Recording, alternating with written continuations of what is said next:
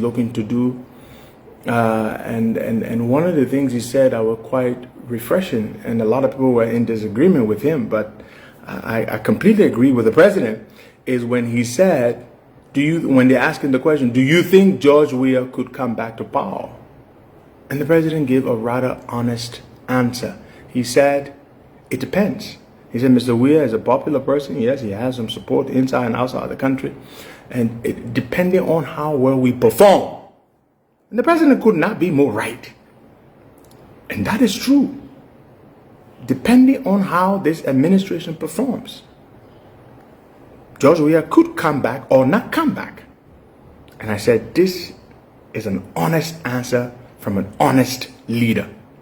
That's it. And the political answer would be by some people, oh no, Weah could never come back to power. You don't know that.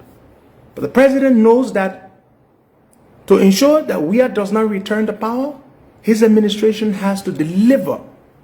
And the president was also making that as a clarion call to his people, as a challenge to his people in the government, that we need to deliver so that Mr. Weah does not come back to power, so that Unity Party can stay longer in power. So that is very, very true. And I salute the president for that. You know, so it's the way it should be. Yeah, now we have 1,100 people watching and counting, so we can begin to speak to you now. So I want to say good afternoon and welcome. I'm Henry Costa, and the reason I have decided to do this podcast, this live stream today, is to speak to you on an issue. And all of you talking about weight, forget that. We're not talking about weight business here. We got something important to talk about. To speak to you on an effort led by Senator Yombli Kanga Lawrence, the pro temp of the Liberian Senate. And I'm going to be very respectful to Yombli. She is, or used to be, a political ally. I've been involved with Yombli's both campaigns for the Senate. Both campaigns. The first time Yombli Kanga Lawrence ran against Daniel Chi, former Defense Minister under Charles Taylor, after John Whitfield died in 2009, I believe, I was very involved with Yombli's campaign. From my talk show, we released, and it was not coincidental, it was planned, very serious, credible allegations against Daniel Chie, which led Daniel Chie, is discombobulated him, it upset him. He did a former AFL soldiers on the show to discuss things that Daniel Chie did to them. And these were very serious things. So we did that for Yombli the first time. The second time Yombli Kanga ran in 2020 against Bezonga. The second time Yombli ran, we also played a very key role. You all remember. Yombli won the election by a very small margin against Bezonga Finlay. We released the scandal, evidence, documents, pictures of the role Finlay played as foreign minister in the passport scandal. Diplomatic, selling honorary consul positions to shady characters. We released all of the pieces of evidence, which again was a big nightmare for Bezonga Finlay. You all remember that. The role that we played trying to help Yombli in both elections. So we have every right to call her out when we believe she's treading the wrong path. As you all may be aware, or as some of you may be aware, Senator Yombli Kanga Lawrence has proudly and openly sponsored, campaigned for, lobbied for a bill or two bills seeking to supposedly decentralize the ports of our country. The free port of Monrovia, the Greenville port, the port in Harper, and the Buchanan port. You all know that. She's been involved with that. And they're trying to have us believe that their objectives for doing this is to decentralize the ports, which, as if to say, in itself singularly, would then make these ports cash cows, turn them into cash cows, generating millions and millions of dollars just like that by themselves. And that is what she would have you believe. But today, I want to present to you the evidence, the facts, the real motivations, the real reasons driving Yombly's very, very diligent efforts to fragment, to disintegrate, to bring chaos to the whole port system in our country. Why she's doing it? This has absolutely nothing to do with simply decentralizing. Nothing. You know, and I couldn't sit down much longer to allow this lie that Yombly is trying to tell you, feed us, that she's doing this to decentralize the ports so that the ports can be effective. I need to tell you. You all know I don't speak often, but sometimes you just have to break your silence so people know what's going on. And that is the reason for me doing this today. It's a lie. It's a malicious lie. She is trying to do something completely different. And I have the facts. I have all the evidence here. Everything. I will present you pictures. I will post some of these pieces of evidence so you know the real reason Yombly Kanga Lawrence, somebody who has benefited from our political support consistently over the years, is trying to do the same thing that the likes of Edwin Snow and Robert Sirleaf did with the free port of Monrovia, that today we've been dealing for more than 10 years with APM terminals. You all know how it has been, those of you who use the port of Monrovia.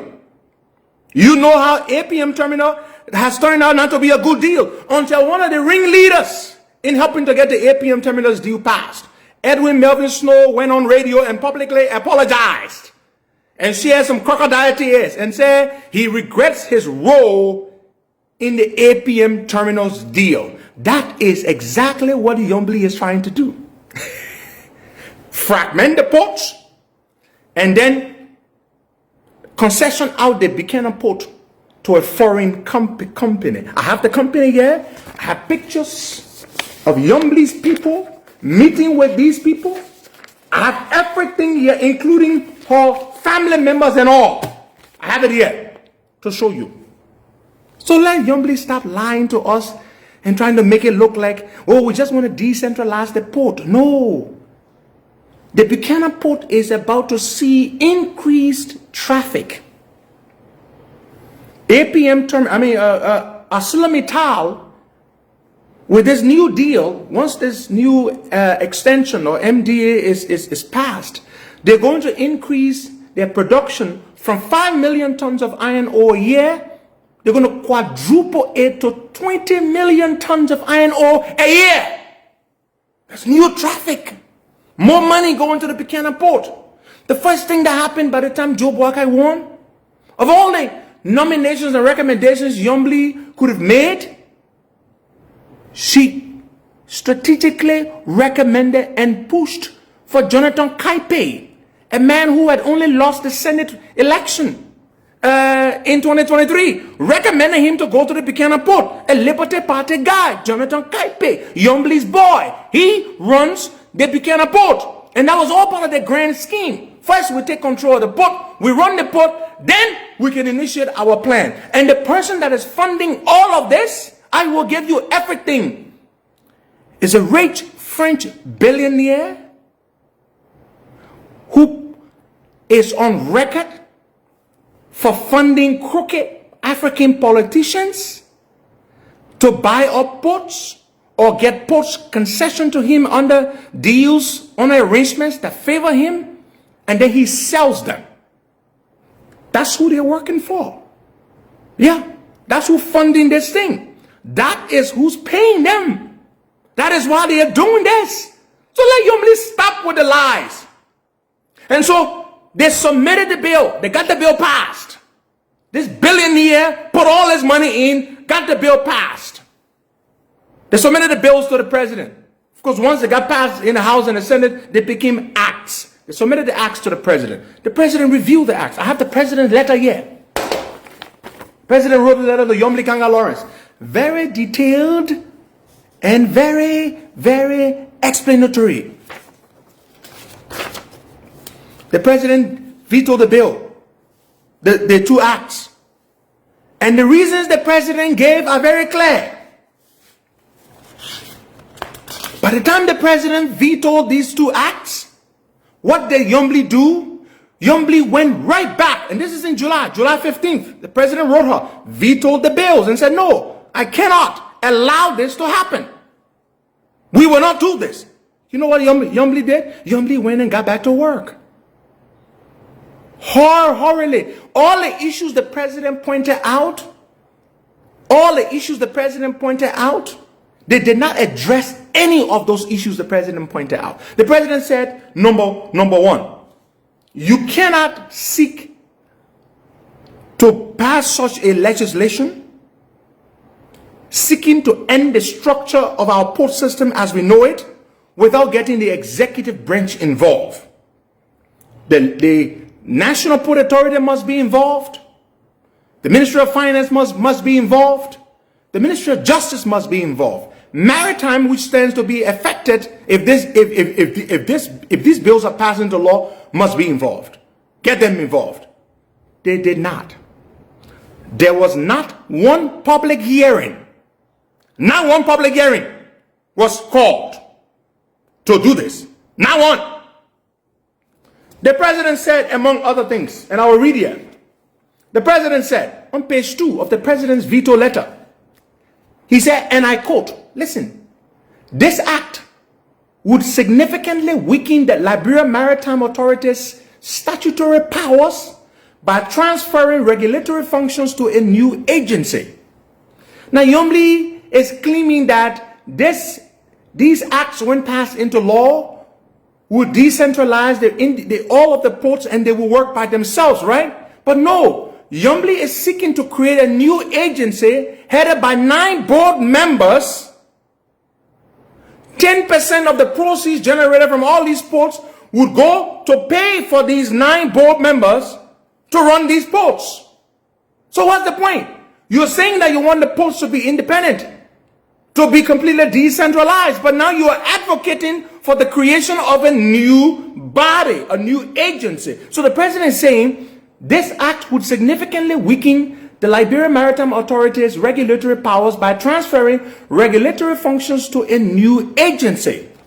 The president goes further to say, if signed into law, this is the president's veto letter, and I will list all the issues. If signed into law, the act would substantially render the Liberia Maritime Authority partially redundant. You know what the president said? If I sign this thing into law, Yombli, what work would Maritime be doing? You want me to take Maritime's functions to inspect vessels, to certify vessels? You want me to take all of the functions and give them to this new agency? What would Maritime be doing? The president said no. That's one count. Then they went ahead and said they will revise it and bring it back. But guess what? Did they revise it? Did they remove this? No. Now go and read the act. See 721 of the revised act. They did not change it. They left it as is and submitted and resubmitted to the president last week Friday. They did not change it. Let me raise another issue the president raised in his veto letter. The president said on page 4 of the president's veto letter, he said, quote, and I'll read him verbatim. The consolidation of regulatory, operational, and oversight duties within a single entity undermines the principle of regulatory independence, introduces conflict of interest. The president said, look, you want me to take all these powers from Maritime, take all these powers from NPA, and collapse all of them into one regulatory body. It's going to cause conflict of interest. It's going to undermine regulatory independence. And so I will not sign this law into bill. So they went ahead. They said they will revise it, right? But guess what? When you read Section 506 of their so-called revised act, which they submitted to the president on Friday of last week, they did not change anything. That act says that in their act, the president said, I will not sign this thing because of this. So they went now supposedly to change it, right? But guess what? In section 506 of their so-called revised act, it still reads, I'm going to read for you. All assets, port land, dock, piers, warehouses, etc., of each port will be transferred to and owned by the new regulatory agency. You see that? They didn't change it. They brought the same thing back to the president. Hold up. I'm going to read another thing the president said. The president said in his July 15th veto letter to Yombli Kangalores. The president said this again. Play with Joe Boakai. You think you can knock his head? You think you can come Joe Boakai to do something that he will, because you are a political ally? And this should make us respect the president. Because a lot of people felt because this bill was sponsored by Yombli, Joe Boakai would just sign it into law. But Joe Boakai didn't do that. He didn't do that. This is what Joe Boakai said in his veto letter. One of the issues he raised in his veto letter to Yombli. Quote, and I'm reading verbatim. The general powers conferred upon a bill are broad. Such a bill are broad and far-reaching. Some include Section 401(2)(a). Most significantly, grants the agency power to enforce regulations of the Maritime Authority pertaining to the inspection, the testing, and supervision of sea craft. They took some of the key powers of Maritime Authority. Some of the key powers of the Liberia Maritime Authority, they took them and collapsed them here. Then the president, when the president raised this in a revised act, they did not change this. Go read Section 506 of their revised act they submitted to the president. They did not change it. Let's go to substantive issue number 9, raised by President Boakai in his veto letter. They are calling for the collection of 10% of all revenue of all the ports in Liberia to fund the new agency. I thought we were looking for a way to save money here. You're saying that this new agency, 10% of the revenue of all the ports generated should be given to this new agency to run. It's a 9-member board. The president also raised this issue. 9-member board? This is too huge. Why do we need a 9-member board? The president said, no. Now, did they change this? They did not change it in a revised act. Read Section 406 of the revised act that they submitted to the president. They did not change it. They want 10% of the revenue collected to fund this new agency.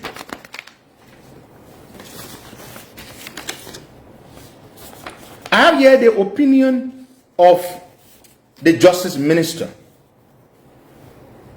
on this act, or these acts that were submitted to the president which were vetoed. The Justice Minister said, the exclusion of the executive from such significant legislative action. You hear that? Yombli excluded the executive branch of government. She did not get the executive involved in crafting these bills, did not invite them to appear for public hearings to make the input, their contributions. One of the things the president listed, she did not do it during the first time, and she did not also do it during the second time. Why is Yombli avoiding having the inputs of the executive branch of government? Why? When it is precedent that reforms to existing institutions of the government of Liberia are oftentimes initiated by the executive branch and not the legislature.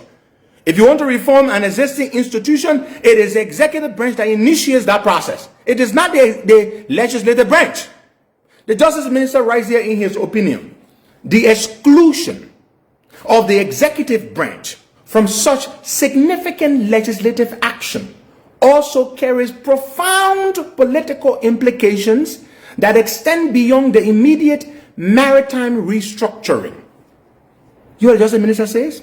It establishes a precedent for unilateral legislative action that could fundamentally alter the dynamics of inter-branch relations in Liberia's democratic system.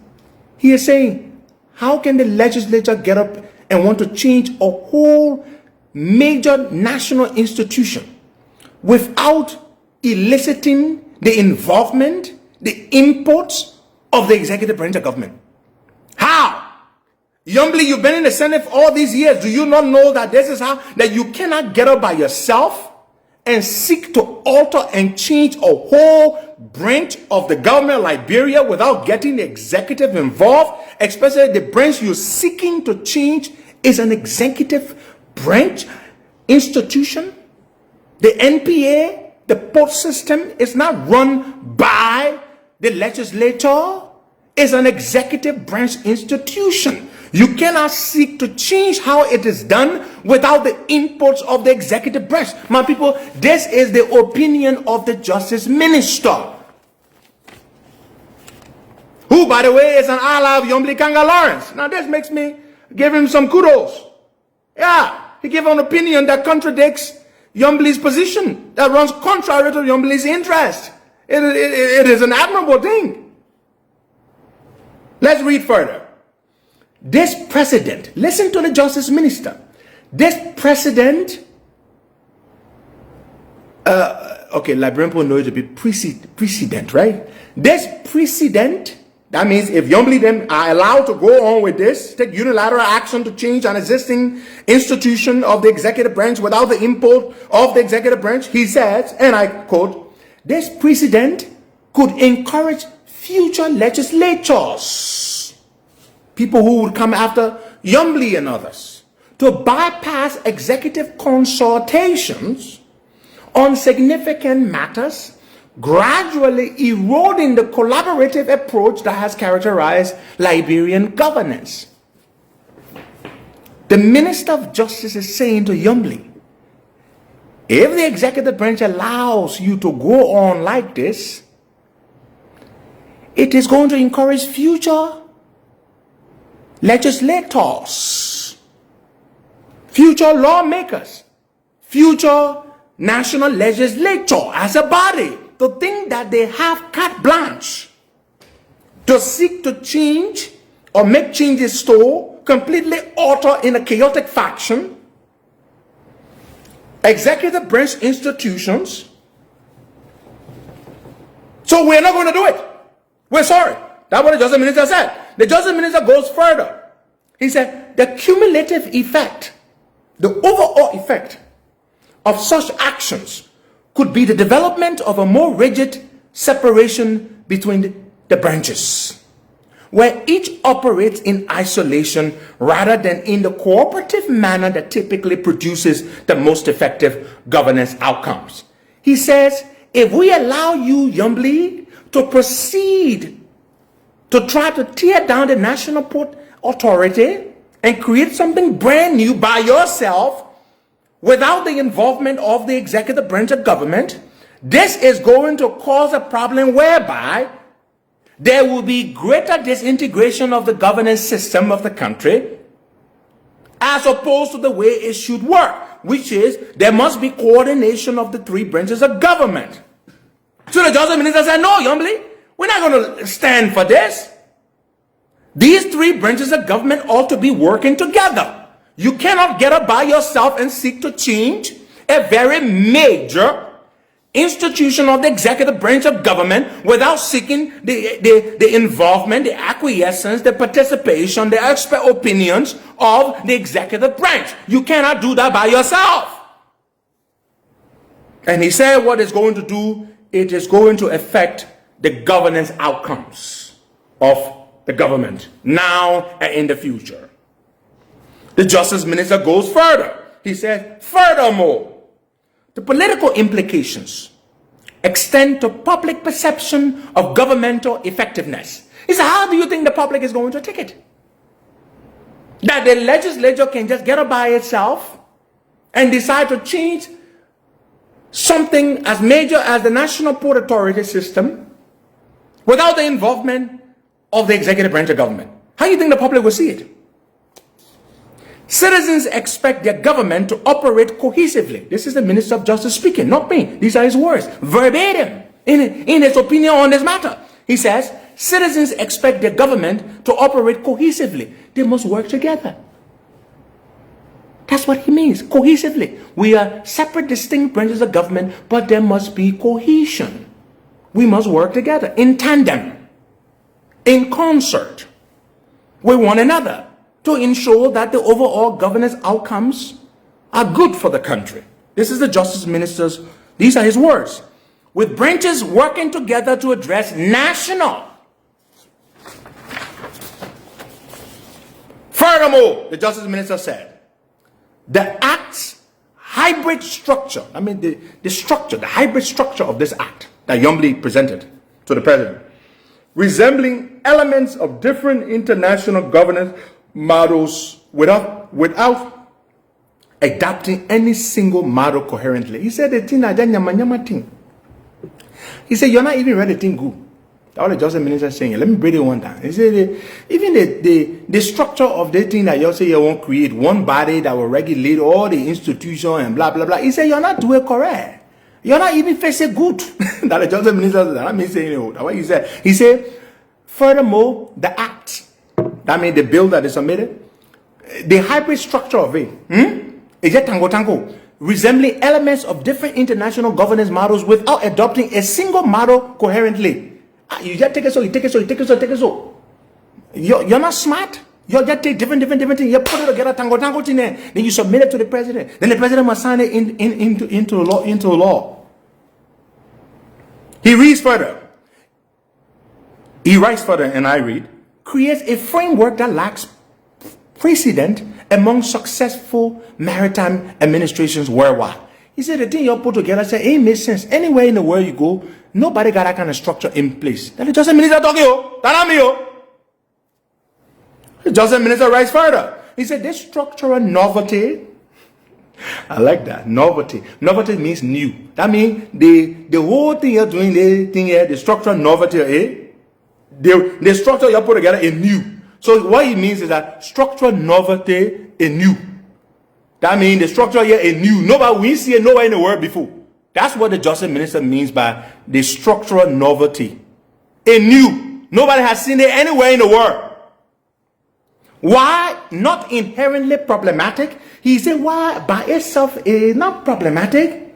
Requires careful justification and comprehensive planning that appears to be absent from the current legislation. He said, even though your structure you put together is new, maybe it can work, maybe it will not work, but we need to plan carefully to make sure that it works. These are the words of the Justice Minister. There's a picture up there. That's his opinion. Fellow Liberians, I ain't even finished yet. We have more facts to give you. More facts to give you. Now I'm going to get to the point why Yombli is doing this. This is the juicy spot. Are you ready for this? Are you ready for the real reasons why Yombli is so desperate trying to get this thing passed? And then I have to call my brother Darius Dillon here. Dillon, you know the role we play to make you senator. Your first Senate race, your second Senate race, your first Senate race will raise a lot of money. You declared your bid for senator on the June 7th protest. In the face of stiff opposition from other officials of the COP, which I created, I nominated you the spokesperson of the protest. Not that you are a better speaker than I am, but I made you spokesperson for the June 7th protest because I wanted you to use that platform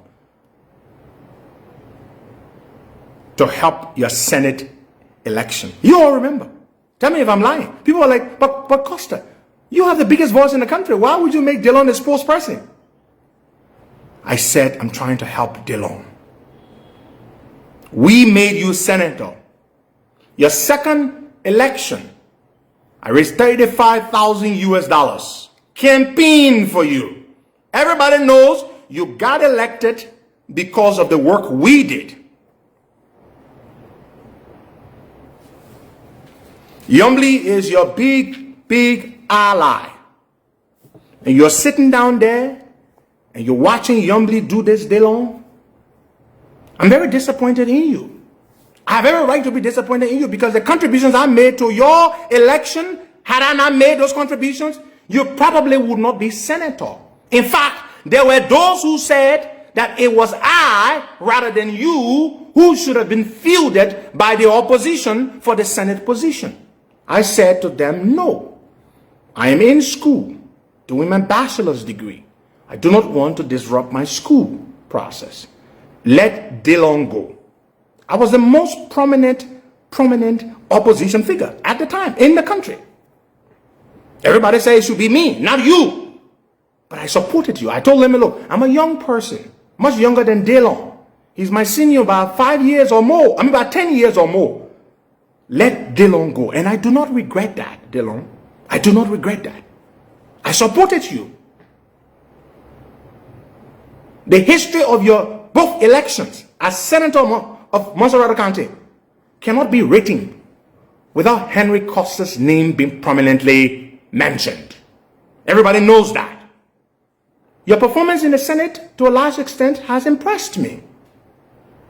But on this particular one, you're sitting down there, Darius Dillon, my own dear friend, and you are allowing Yombly to try to make the exact same mistake that Edwin Snow and others made, to concession out our free Port of Monrovia to APM terminals, a deal that we Liberians have come to suffer from.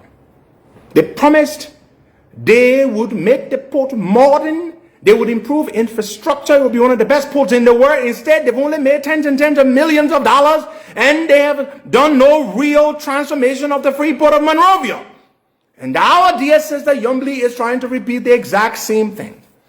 I have here the strategic plan of the National Port Authority. The president's vision for the port system of our country is prominently articulated in the strategic plan of the National Port Authority. As we speak, these plans are being implemented. The president's vision for the port system is being implemented by the National Port Authority. The ports across this country will, for the first time, thanks to President Boakai's vision, be granted a degree of autonomy. Particularly, and perhaps most important among them, they will have their own budgets. They will have a degree of financial autonomy. They will have their own budgets, which will be approved. The funds will be given to them. They will spend their own money. Hiring and firing decisions, HR decisions, for the most part, for lower level positions, will be done at these local ports or these regional ports. Only key appointments will be made by the National Port Authority, because the president wants to see decentralization happen. This is something the president is very passionate about. Instead of working to support the president's efforts to do this, you are seeking to fragment and cause disintegration so that you can proceed to concession this port out to a crooked French billionaire who has stood trial in France for bribing African politicians, for buying elections for African politicians, so that they give him ports, which he sells. In 2002, the French billionaire that Yombly and others, and that Yombly is working for. This is the man Yombly is working for.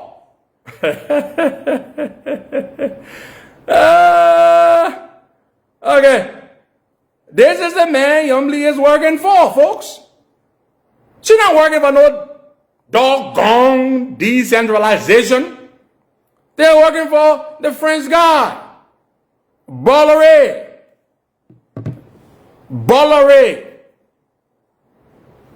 His company stood trial in France for bribing African politicians. You know what he does? He buys elections for them. Go read up on him. I will post his name. He comes to your country. He would buy a whole election for you. Vincent Bolloré. Forbes has him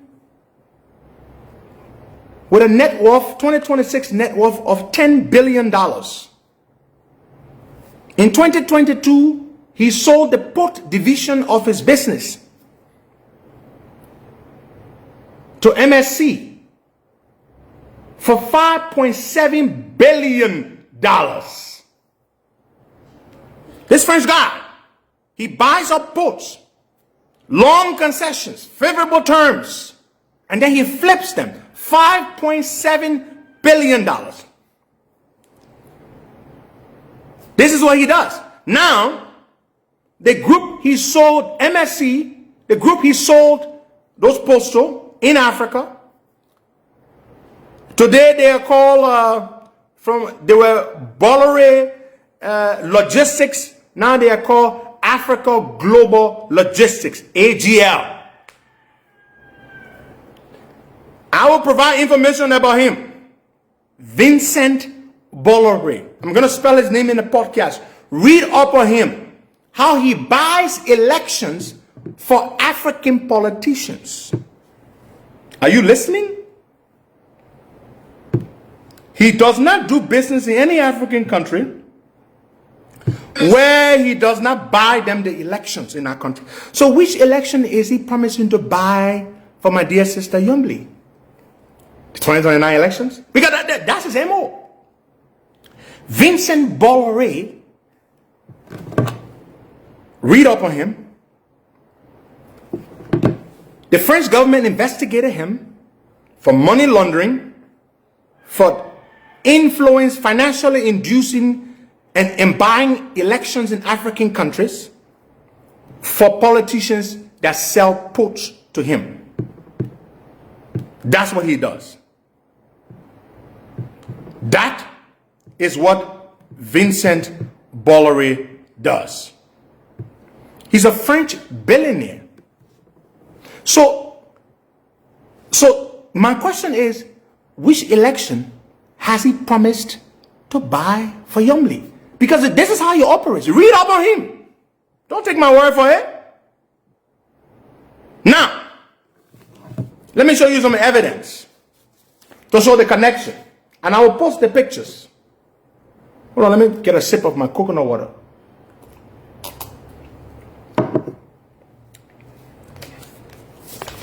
You sit down there and think that Yombly trying to do this for decentralization. Oh, decentralization. The president is already implementing decentralization.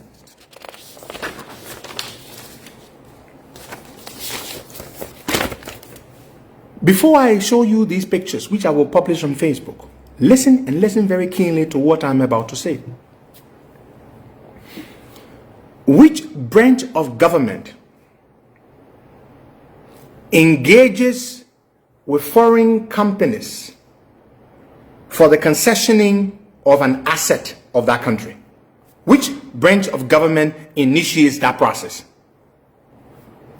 This is not a rhetorical question. I would like you to kindly answer this question for me. Which branch of government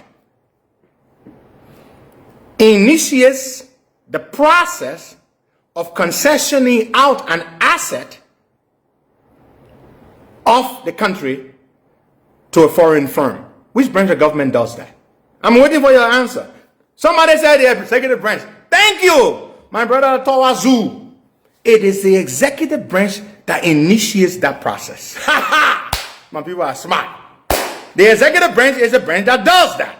Now, there's a reason why I asked that question. Now, why Yombly is trying to pass this thing quickly, she sent the first one to the president. President Bouaga vetoed it. Horribly, without even making changes to the revised acts, she submits the second one last Friday to the president. Of course, I'm told the president is going to also veto it because it didn't make any changes in it. Guess what? While the bill has not even been passed into law, Yombly has already been engaging the company that they are trying to give the port out to. You remember why Edwin Snow got into trouble when he was speaker? And it was one of the fundamental reasons given for his removal as speaker, because he took it upon himself to usurp the function of the executive branch of government by writing to the Taiwanese embassy in the Gambia. You recall? That is what Sister Yombli is trying to do here. Yombli Kanga Lawrence, I have these pictures, evidence, hard evidence of her family member and Jonathan Kaipe, her guy, at the Buchanan Port, and some lawmakers and Magdala Cooper already meeting with the Africa Global Logistics people.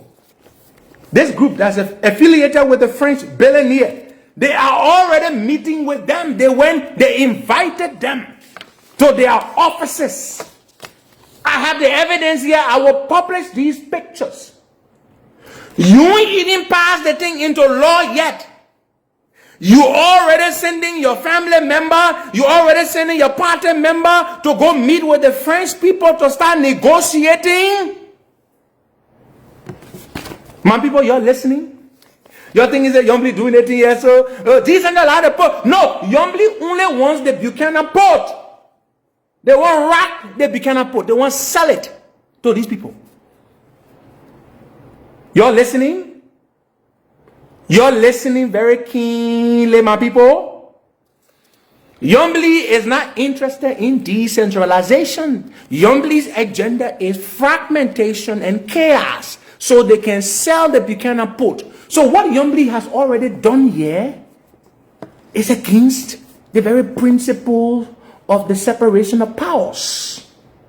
What right does she have to be sending lawmakers and her family member to meet with this group that is trying to buy the port? It is the same group that is funding, that is financing the whole process.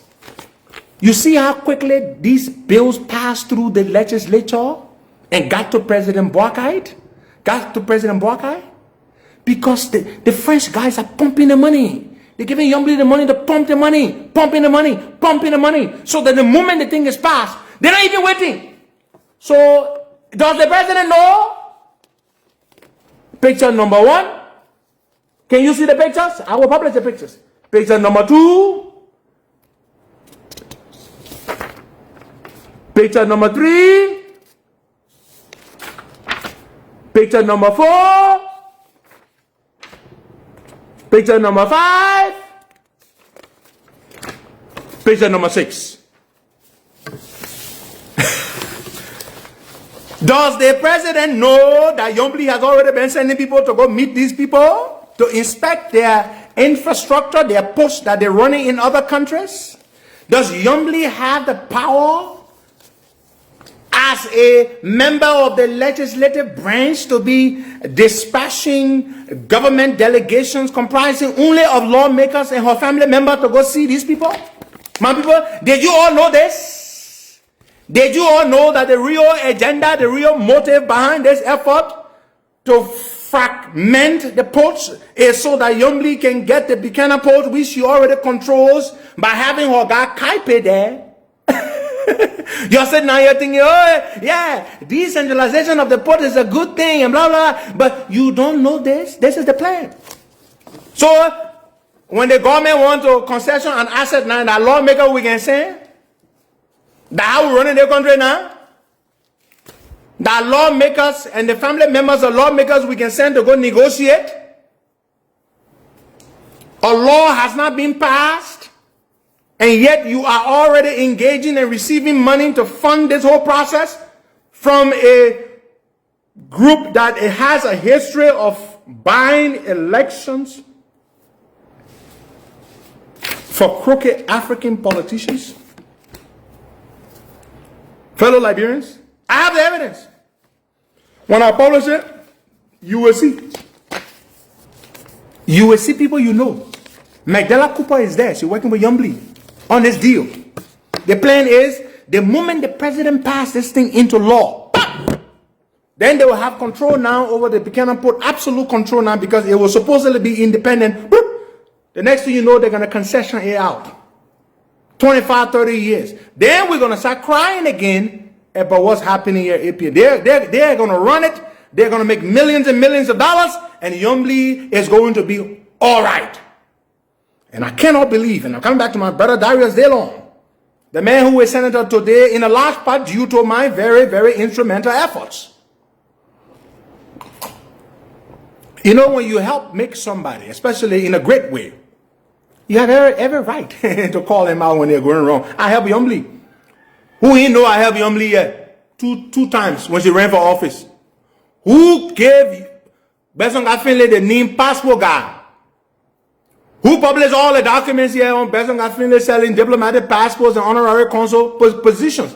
Henry Costa did that. Who called June 7 protest here when the opposition was dead, when nobody was brave enough to send up to George Weah? Who called June 7 protest and who gave Dillon the platform and to run as senator for Montserrat County? Henry Costa did that. I have every right to call them out when they are proceeding wrongly because I contributed immensely to their elections. I did that. Call me arrogant or whatever it is you want to call me, but you cannot revise history. It is written in stone. I did that. And so there is no way Darius DeLong is not in on this deal. Yombli would not be brave to be doing this deal without my brother DeLong being involved. My people, Allah. Do you think DeLong does not know about this shady deal to concession out this poll to a shady company that buys elections for crooked African politicians? Do you not think DeLong is in on this deal? Do you not think that? Are you as naive to conclude that Darius DeLong is innocent? You could absolutely not be as naive. I bet my neck he is in on this deal. And so I came here today to take my time to explain to you what it is that I know, so you all cannot fall for their cheap tricks and their obfuscation of the facts and try to beguile you and deceive you into thinking that they are doing this because they want to bring better governance system to our poll system. It is not that. It is far-fetched from it, far removed from it. The real, singular, parochial, selfish intention is so that they fragment the votes, then so that they can banjo our Buchanan vote to those people. That is exactly what they are up to, and they ought to be called out, exposed, and the facts need to be presented so that you all know this. That is my singular mission today, and I think to a large extent I have accomplished that mission. I have every right to call Yombli out. I contributed immensely to her 2 elections. Oh, Darius DeLong Umpa, if I was not for some of you, will not be senator. So now I charge you, all of you well-meaning Liberian citizens, go out there and challenge them. Challenge DeLong on Facebook. Call them out. Call Yombli out. Let them explain to us how they've been involved with such a sinister plan against our country. And to my dear uncle and President Joe Boakai, to our wise, beloved president, I know you shall veto this so-called revised act, which they did not revise at all, as you vetoed the original fraudulent one that was submitted to you. And if you did not have the facts as I have presented, the whole plan is to sell this vote out the moment they have it.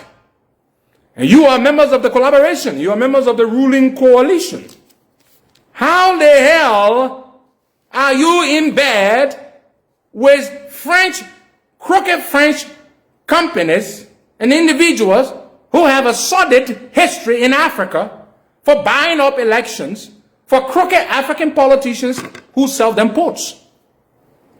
How do you think a Unity Party allies are going to feel about you? How do you think they're going to see you? You're trying to mango and get their vote so that you can sell it to these people? What kind of election are they promising to buy for you? Fellow Liberians, to all 2,600 of you currently watching, the many tens of thousands of people that are going to watch this podcast, this live feed later, I love Delon. I love Yombly. I couldn't have done all the things I did for them if I didn't love them. But I'm deeply disappointed in them. Deeply. They're not doing this for us. They're doing this for themselves, for the money. How do you think this bill hurriedly passed the first time and the second time and went to the president? How do you think? How do you think that happened? It happened because of a lot of money. A lot of money. Why would the president's political advisor, Magdala Cooper, be going on a trip to a foreign company discussing the possible concessioning of the Buchanan Port without the president's explicit approval, without the president's knowledge and consent?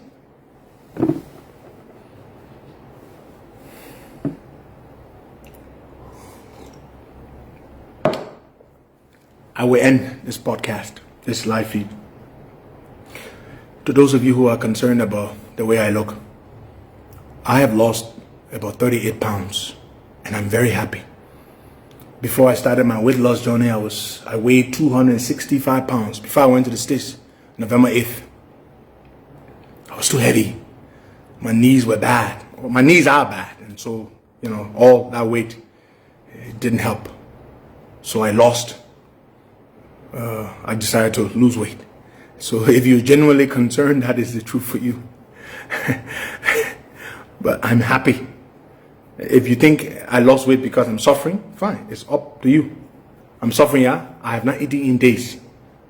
Yeah. That is why I lost weight. If you think I'm sick, well, fine, that's up to you. But yes, I'm very happy. I'm currently 222 when I stood on a scale this morning. And I intend to lose another 20 pounds, about 22 pounds. I want to come down to 200 pounds.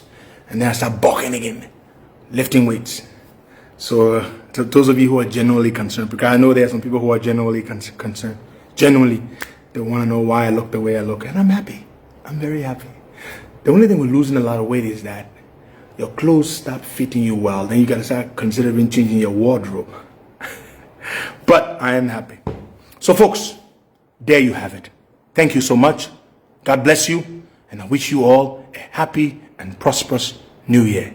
I'm Henry Pedro Costa.